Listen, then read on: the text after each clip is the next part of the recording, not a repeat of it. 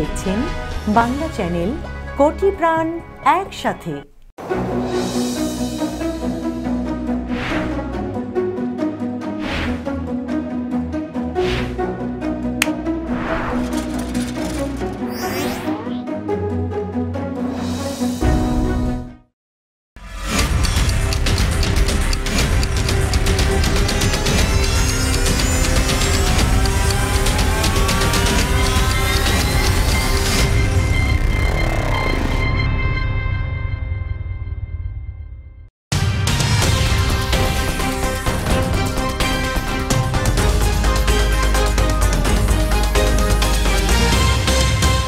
এখন দেখবেন বাংলা সংবাদ সৌজন্যে new Haque and sons, mega homes reality, Rupashi Bangla .us, Khamarbari, attorney Moin Chowdhury law firm PC এবং নিউ ইয়র্ক ইন্স্যুরেন্স ব্রোকারেজ।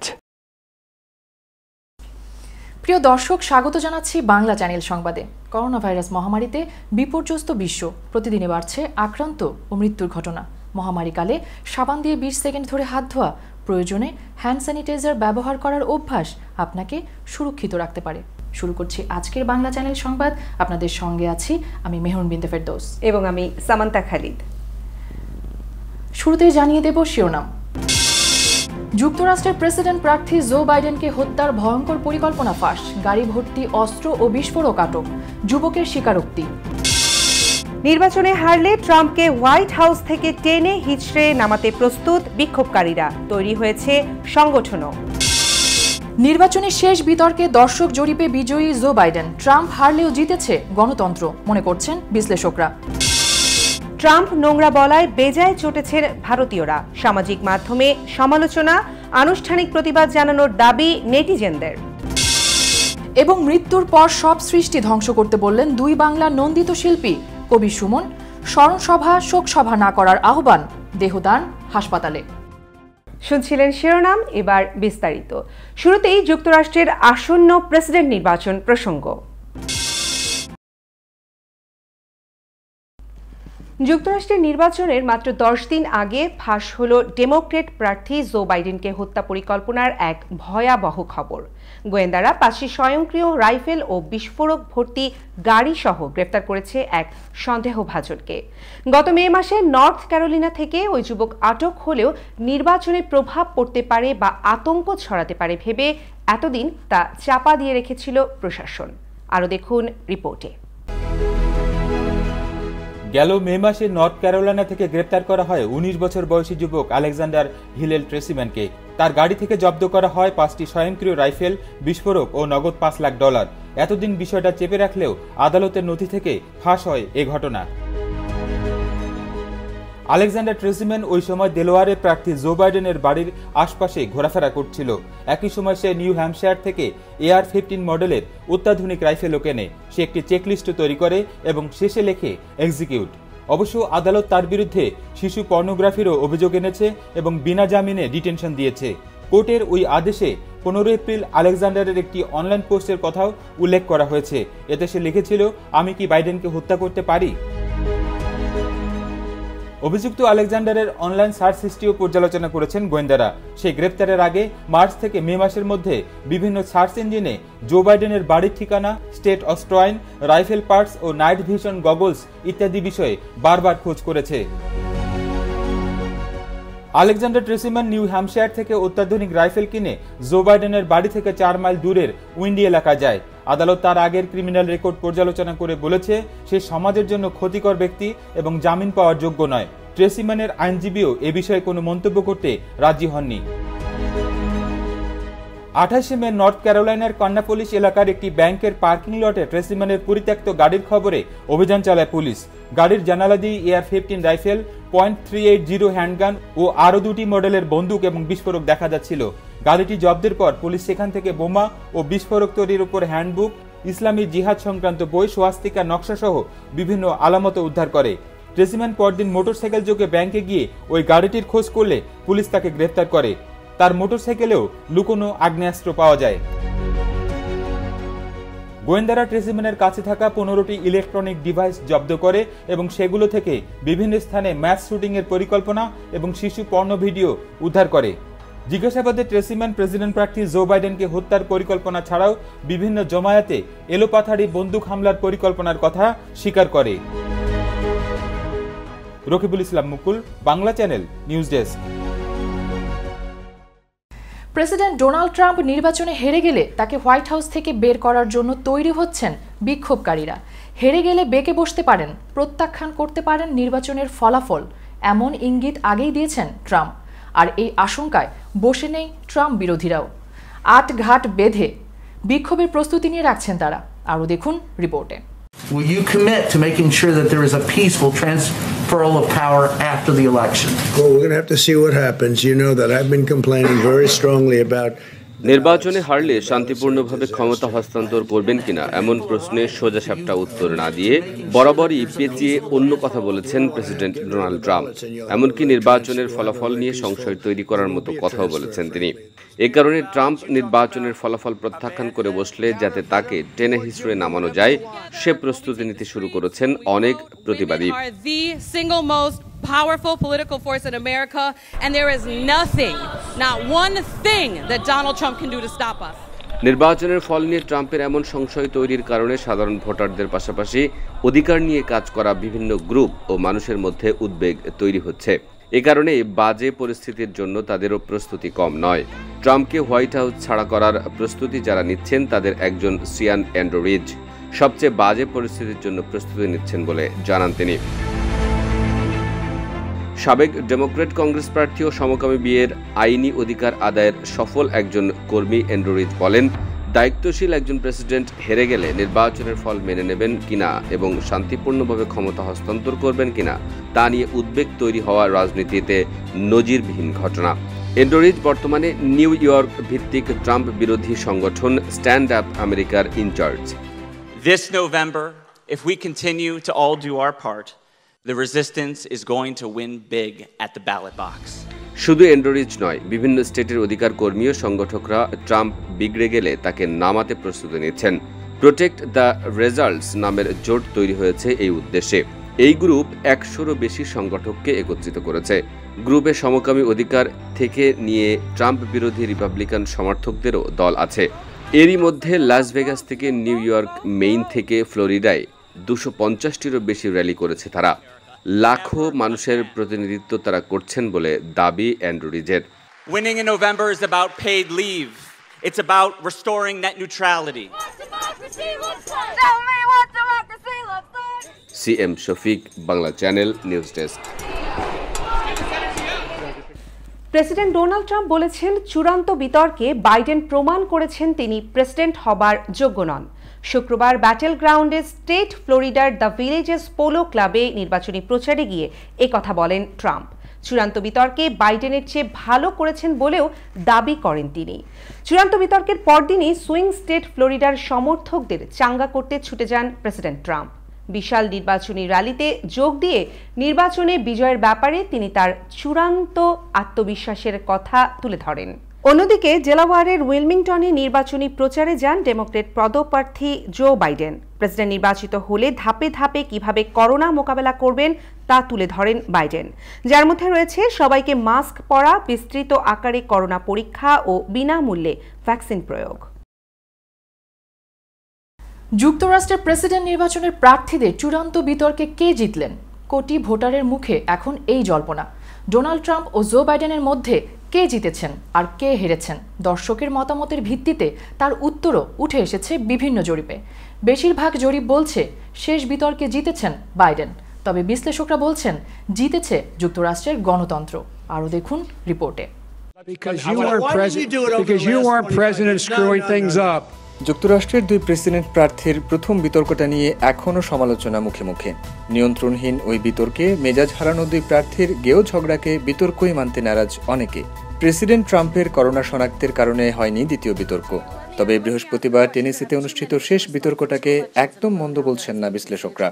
এদিন খোঁচা আক্রমণ সবে ছিল, তবে তা ছিল পরিশীলিত ও ভদ্রতার গণ্ডির ভেতর থেকে।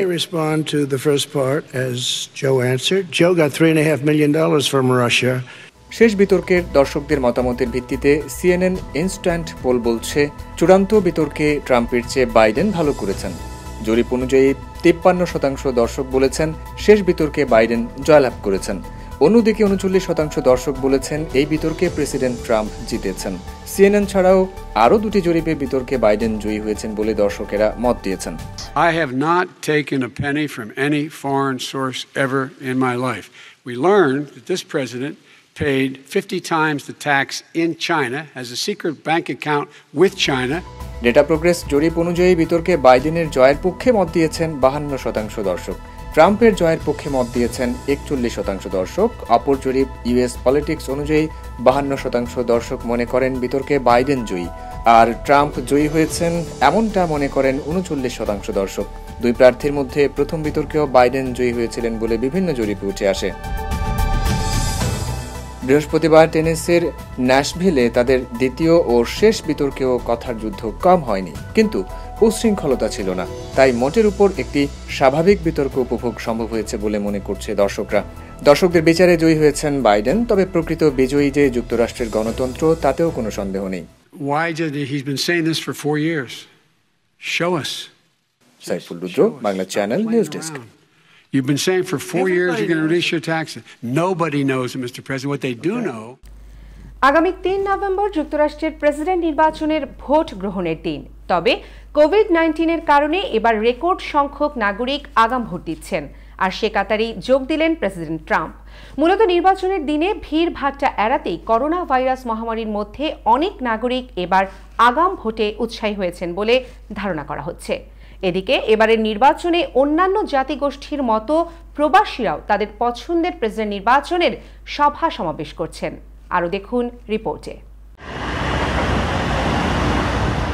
যুক্তরাষ্ট্রের প্রেসিডেন্ট নির্বাচনের আর মাত্র 10 দিন বাকি। তার মাঝেই প্রায় প্রতিদিনই নিউ ইয়র্কের বাংলাদেশি অধ্যুষিত অঞ্চল Jackson Heights, Church McDonald, Parkchester, জামাইকায় ডেমোক্র্যাট ও রিপাবলিকান প্রার্থীর সমর্থনে প্রবাসীরাও পিছিয়ে নেই নির্বাচনী প্রচারণায়। সিটির ম্যানহাটন এখনও শুনশান নীরবতা থাকলেও বাংলাদেশি অঞ্চল ফিরছে আগের চেহারায়। পার্ক, রেস্টুরেন্টে প্রবাসীদেরও আলোচনার কেন্দ্রবিন্দুতে এবারে নির্বাচন। কোভিড-19 কারণে এবার রেকর্ড সংখ্যক নাগরিক আগাম ভোট দিচ্ছেন, আর সেই কাতারেই যোগ দিলেন প্রেসিডেন্ট ট্রাম্প। হোয়াইট হাউস সূত্রের খবর, প্রেসিডেন্ট ডোনাল্ড ট্রাম্প শনিবার ফ্লোরিডায় আগাম ভোট দেবেন।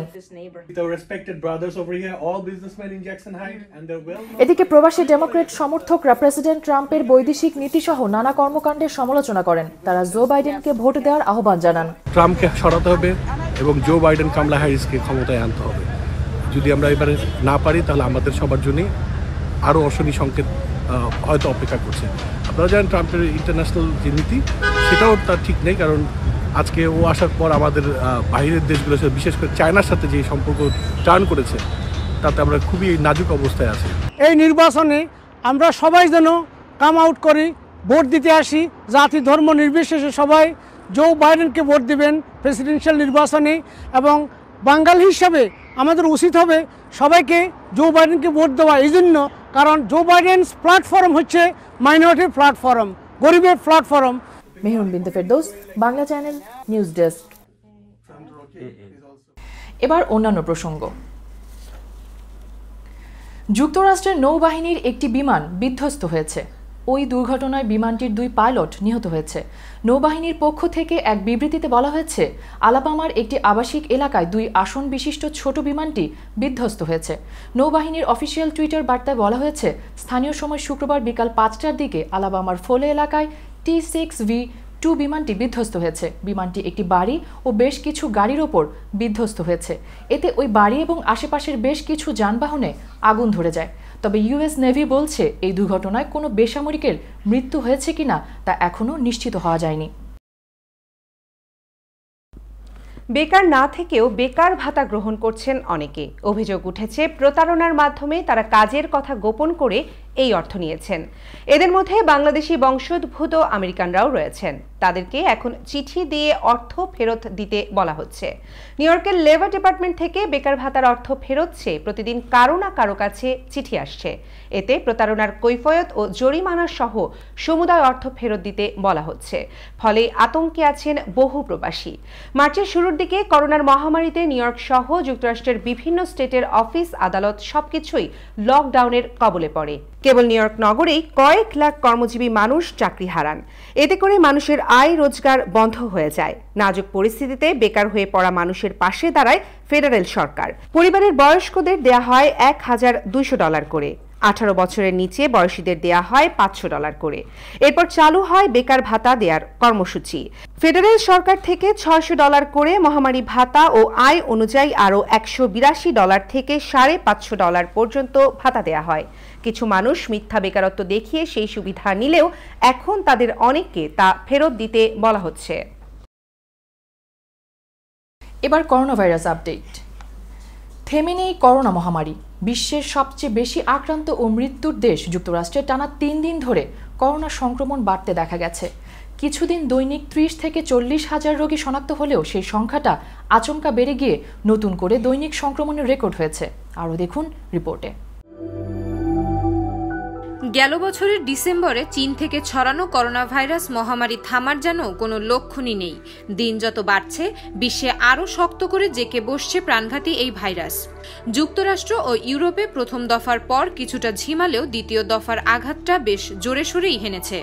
যুক্তরাষ্ট্রের স্থানীয় স্বাস্থ্য কর্তৃপক্ষের দেওয়া তথ্যানুযায়ী শুক্রবার নতুন করে আরও 83,000-এর বেশি মানুষ করোনায় আক্রান্ত হয়েছেন, যা সাম্প্রতিক সময়ে একদিনে আক্রান্তের সর্বোচ্চ রেকর্ড। এদিকে বিশ্ব স্বাস্থ্য সংস্থা সতর্ক করে বলেছে, করোনা মহামারীর কারণে উত্তর গোলার্ধে অবস্থিত দেশগুলো ভয়াবহ সংকটের মধ্যে রয়েছে। সংস্থাটির প্রধান তেদ্রোস আধানম গেব্রিয়েসুস সাংবাদিকদের বলেন, আগামী কয়েক মাস বেশ কঠিন সময়। বেশ কিছু দেশ ভয়াবহ বিপজ্জনক অবস্থার মুখে পড়তে পারে। এরই মধ্যে ইতালি, ফ্রান্স সহ ইউরোপের দেশগুলোতে সংক্রমণ ভয়াবহ মাত্রায় ছড়িয়েছে। শুক্রবার শুধু ইউরোপীয় দেশগুলোতেই 2 লাখেরও বেশি মানুষ করোনা ভাইরাসে আক্রান্ত হিসেবে শনাক্ত হয়েছেন। করোনায় এখন পর্যন্ত সবচেয়ে বিপর্যস্ত যুক্তরাষ্ট্র। করোনা সংক্রমণ ও মৃত্যুতে যুক্তরাষ্ট্রের ধারে কাছে নেই কোনো দেশ। ওয়ার্ল্ডোমিটারের পরিসংখ্যান অনুযায়ী দেশটিতে এখন পর্যন্ত করোনায় আক্রান্তের সংখ্যা 87,46,953। যুক্তরাষ্ট্রে করোনা সংক্রমণে এখন পর্যন্ত প্রাণ হারিয়েছেন 2,29,284 জন। তবে ইতিমধ্যেই সুস্থ হয়ে উঠেছেন 56,98,161 জন। মাঝে কিছুদিন সংক্রমণ কম থাকলেও সম্প্রতি যুক্তরাষ্ট্রে করোনার দ্বিতীয় ঢেউ শুরু হয়েছে। বৃহস্পতিবার নতুন করে করোনা ভাইরাসে আক্রান্ত হয়েছেন 77,640 জন। এদিন সংক্রমণে মৃত্যু হয়েছে আরও 921 জনের। এর আগে গত 21 জুলাই যুক্তরাষ্ট্রে 75,723 জনের দেহে করোনা শনাক্ত হয়েছিল, অর্থাৎ গত 3 দিন ধরেই সংক্রমণ একের পর এক রেকর্ড করেছে। Khairun Tasnim, Georgia, Bangla channel, news desk. নিচ্ছি ছোট্ট একটা বিরতি, ফিরে এসে থাকছে। ট্রাম্প নোংরা বলায় বেজায় চটেছেন ভারতীয়রা। সামাজিক মাধ্যমে সমালোচনা, আনুষ্ঠানিক প্রতিবাদ জানানোর দাবি নেটিজেনদের। আমেরিকার সকল বাংলাদেশি ব্যবসায়ী ভোক্তা সমাজের প্রতি নিবেদন, স্কয়ার ফুড অ্যান্ড বেভারেজ লিমিটেডের পণ্য সামগ্রী রাঁধুনি, রুচি ও চাষি ব্র্যান্ডের একমাত্র বৈধ আমদানিকারক এবং সরবরাহকারী নিউ হক অ্যান্ড সন্স। স্কয়ারের পণ্য সামগ্রী যুক্তরাষ্ট্রে আমরা একমাত্র পরিবেশক। বাংলাদেশি কিছু অসাধু ব্যবসায়ী খুচরা বাজার থেকে মেয়াদোত্তীর্ণ পণ্য সরবরাহ করছে, তাই যুক্তরাষ্ট্রের সকল ব্যবসায়ী ভোক্তাদের অনুরোধ করা যাচ্ছে, পণ্য ক্রয়ের পূর্বে New Haque and Sons coding করা দেখে কিনুন। নিউ ইয়র্ক অথবা অন্যান্য রাজ্যে বাড়ি, অ্যাপার্টমেন্ট বা জমি কিনতে আগ্রহীরা অভিজ্ঞ রিয়েলিটি হোপ অ্যান্ড ড্রিমসের সাহায্য নিন। একটি বাড়ি, একটি স্বপ্ন। আপনার ভবিষ্যৎ প্রজন্মের জীবন নিশ্চিতে আমরা আস্থা ও বিশ্বস্ততার সাথে সহযোগিতা করে থাকি। বাসস্থান একটি মৌলিক চাহিদা, কাজেই আপনার স্বপ্ন পূরণে আমরা আছি আপনার পাশে। আমাদের সার্ভিস সমূহ buy, sell, rent, invest, short sell ছাড়াও আমরা ফরক্লোজ থেকে আপনার বাড়ি রক্ষা করতে সহায়তা করি। Hope and dreams reality, name of trust and reliability. যোগাযোগ Fouzia J Chowdhury 7052 Broadway on A, Jackson Heights, New York 11372. Telephone 212-920-0700. Email handdrilltea@gmail.com. www.hopeanddreams.us.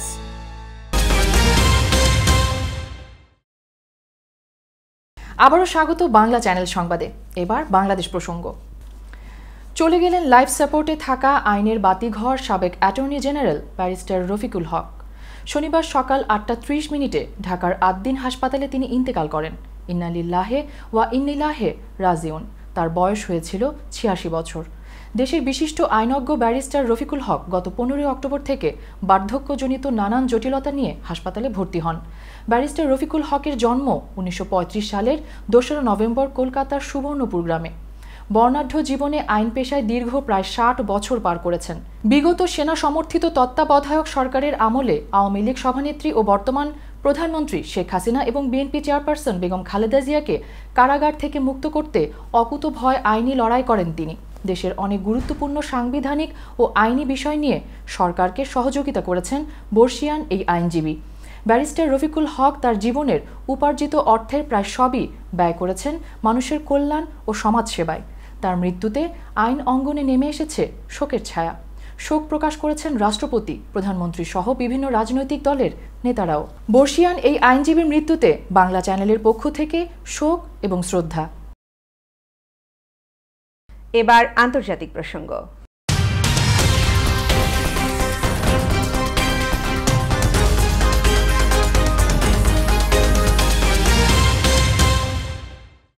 যুদ্ধের ইঙ্গিত দিলেন চীনা প্রেসিডেন্ট শি জিনপিং।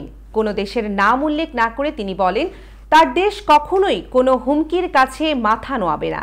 চীনা জাতি কখনোই সার্বভৌমত্ব এবং রাষ্ট্রীয় নিরাপত্তা ইস্যুতে আপোষ করবে না।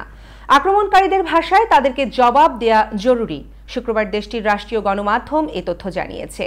যুক্তরাষ্ট্রের আগ্রাসন প্রতিহতে যুদ্ধ এবং কোরিয়াকে সহায়তা শিরোনামে 1950 সালে উত্তর কোরিয়ায় যায় চীনা পিপলস আর্মির ভলান্টিয়াররা। দিবসটি স্মরণ উপলক্ষে আয়োজিত অনুষ্ঠানে দেয়া ভাষণে এভাবেই হুঁশিয়ারি দেন শি জিনপিং। চীনা প্রেসিডেন্ট বলেন, আক্রমণকারীদের সঙ্গে তাদের ভাষার জবাব দেয়া জরুরি। আক্রমণকারীদের প্রতিহতে অবশ্যই যুদ্ধ জরুরি। সহিংসতা রোধে অবশ্যই সংঘাত জরুরি। বর্তমানে যুক্তরাষ্ট্র, অস্ট্রেলিয়া এবং ভারতের সঙ্গে চীনের উত্তেজনাপূর্ণ সম্পর্ক বিরাজমান। চীনের উহানে তৈরি করোনা ভাইরাস বেইজিং সারা বিশ্বে ছড়িয়ে দিয়েছে বলে প্রেসিডেন্ট ডোনাল্ড ট্রাম্পের এমন অভিযোগের পর ওয়াশিংটনের সঙ্গে সম্পর্কের আরও অবনতি ঘটে শি প্রশাসনের। নির্বাচনী চূড়ান্ত বিতর্কে অংশ নিয়ে জলবায়ু ইস্যুতে কথা বলতে গিয়ে প্রেসিডেন্ট ডোনাল্ড ট্রাম্প ভারতকে নোংরা বলায় বেজায় ক্ষেপেছেন ভারতীয়রা। অবশ্য বিতর্কে ভারতের পাশাপাশি চীন এবং রাশিয়াকেও নোংরা বলে মন্তব্য করেছেন প্রেসিডেন্ট ট্রাম্প। তার এই বক্তব্য প্রচারের পর সামাজিক মাধ্যমে ক্ষোভ ঝাড়ছেন অনেকে। সরকারিভাবে আনুষ্ঠানিক প্রতিবাদ জানানোরও দাবি তুলেছেন। বিস্তারিত রিপোর্টে। প্রেসিডেন্সিয়াল চূড়ান্ত বিতর্কে জলবায়ু প্রসঙ্গে কথা বলতে গিয়ে প্রেসিডেন্ট ডোনাল্ড ট্রাম্প খোলামেলাই বলে বসেন ভারতের বায়ু নোংরা। শুধু নেট দুনিয়া নয়, প্রকাশ্যেও কথা বলছেন কংগ্রেস নেতারা। অবশ্য ট্রাম্পের বন্ধু প্রধানমন্ত্রী নরেন্দ্র মোদী ও তার দল চুপচাপ এসব হজম করছেন। Carbon emission numbers that we've had in 35 years. তবে অনেকেই একমত হয়েছেন যে রাজধানী দিল্লির বায়ু দূষণ বিশ্বে অন্যতম। ভারতে ভয়াবহ বায়ু দূষণের মৌসুম ফিরে এসেছে। দেশটির বাতাসে PM 2.5-এর মাত্রা বিপজ্জনক পর্যায়ে পৌঁছেছে। গত কয়েক সপ্তাহ ধরে রাজধানীর বাতাসে এই দূষণের মাত্রা প্রতি ঘনমিটারে 180 থেকে 300 মাইক্রোগ্রাম পর্যন্ত শনাক্ত হয়েছে, যা বিশ্ব স্বাস্থ্য সংস্থার নিরাপদ মাত্রার সীমার চেয়ে 12 গুণ বেশি।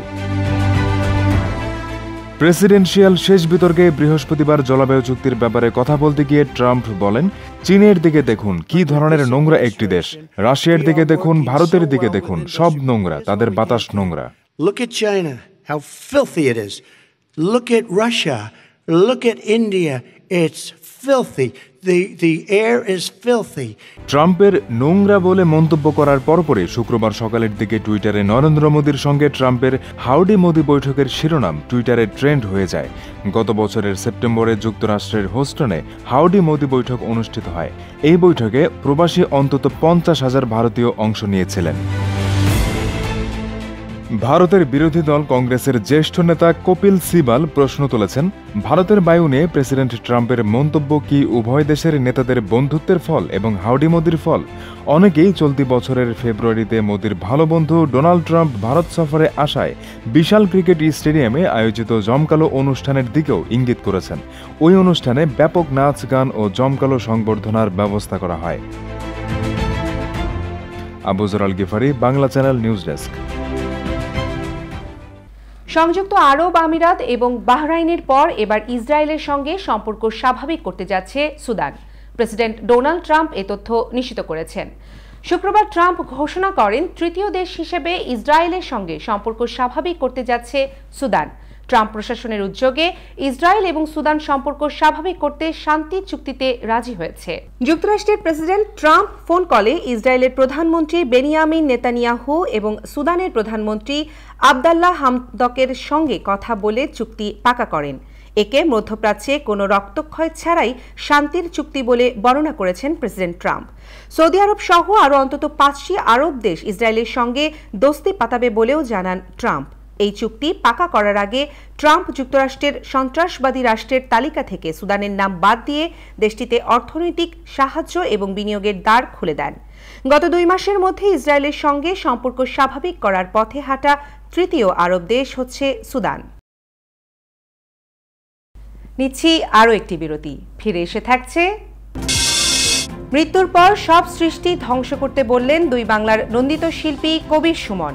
স্মরণ সভা, শোক সভা না করার আহ্বান, দেহদান হাসপাতালে।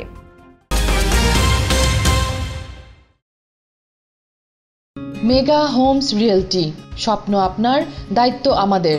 পছন্দের বাড়িটির জন্য আসুন আমাদের কাছে। Mega Homes Realty, buy, sell, rent, invest ও শর্ট সেল। আমরা ফোরক্লোজ থেকে আপনার বাড়ি রক্ষা করতে সহায়তা করি।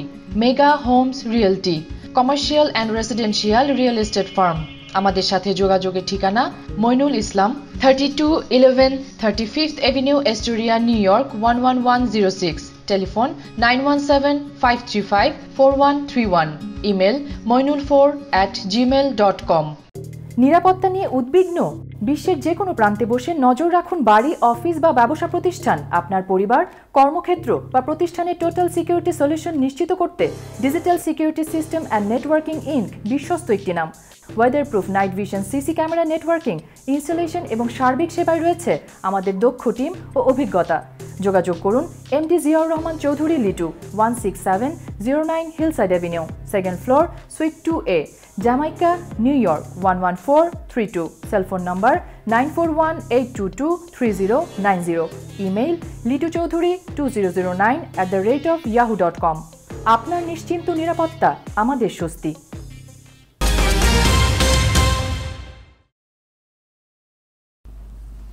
আবারও স্বাগত বাংলা চ্যানেল সংবাদে। জাতিসংঘের শান্তিরক্ষা কার্যক্রমে নারীদের অংশগ্রহণ আরও বাড়ানোর আহ্বান জানিয়েছে বাংলাদেশ।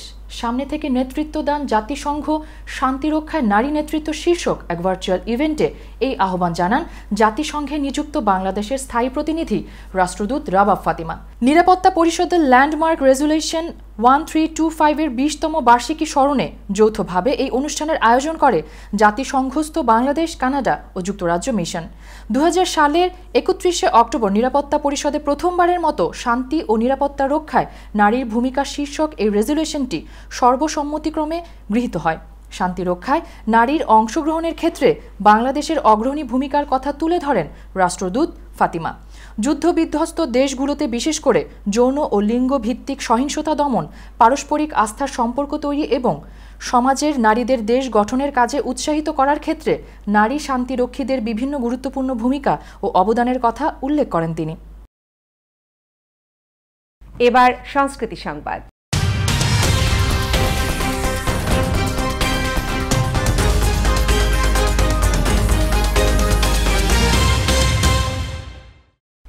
মৃত্যুর পর তার সব সৃষ্টি ধ্বংস করতে ফেসবুকে নিজের ইচ্ছাপত্র পোস্ট করলেন ভারতের গীতিকার, সুরকার, গায়ক এবং সাবেক এমপি কবি সুমন। সুমন শুক্রবার তার ফেসবুক ওয়ালে নিজের প্যাডে লেখা ইচ্ছেপত্রটি আপলোড করেছেন, যেখানে তিনি বলেছেন মৃত্যুর পর তার সব সৃষ্টি যেন ট্রাকে করে নিয়ে গিয়ে ধ্বংস করে কলকাতা পৌরসভা। আরও দেখুন রিপোর্টে। ও গানলা আর একটা গান গাও।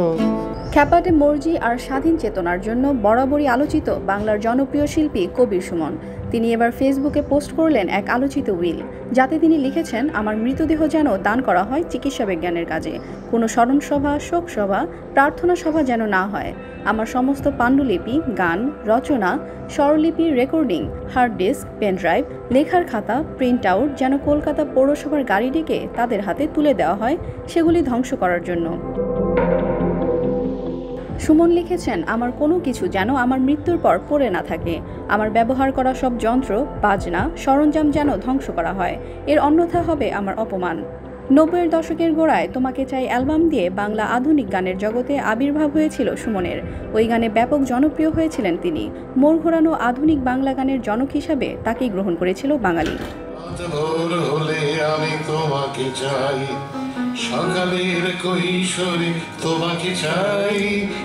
কালক্রমে সুমন রাজনীতিতে যোগ দেন, জড়িয়ে পড়েন সিঙ্গুর নন্দীগ্রাম আন্দোলনের সঙ্গে।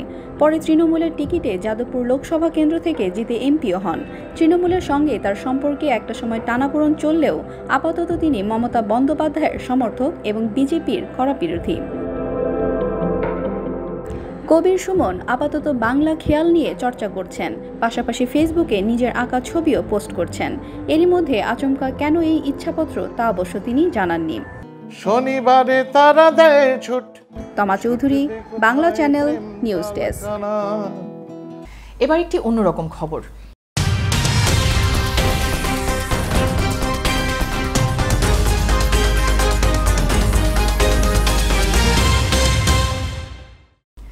ঢাকার পায়ে চালানো বা কলকাতার টানা রিক্সা, যেটাই বলি, চালকের আসনে থাকেন একজন মানুষ।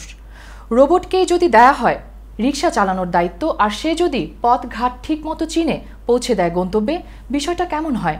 একটু অবিশ্বাস্য মনে হলেও যুক্তরাষ্ট্রের একজন টেলিভিশন ব্যক্তিত্ব ঠিক সেই কাজটা করে দেখিয়েছেন। আরও দেখুন রিপোর্টে।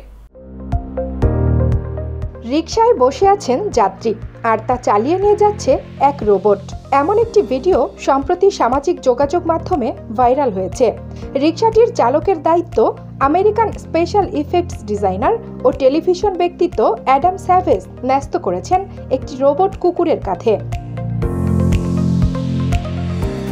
American engineering and robotics design company Boston ডাইনামিকের তৈরি করা এই রোবটের নাম স্পট।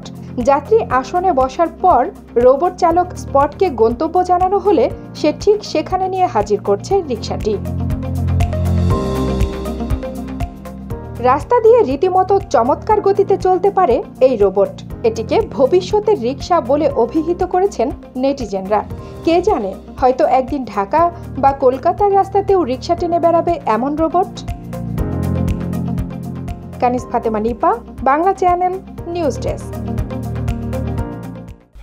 এই ছিল বাংলা চ্যানেল সংবাদে। শেষ করার আগে শিরোনামগুলো জানিয়ে দিচ্ছি আরও একবার।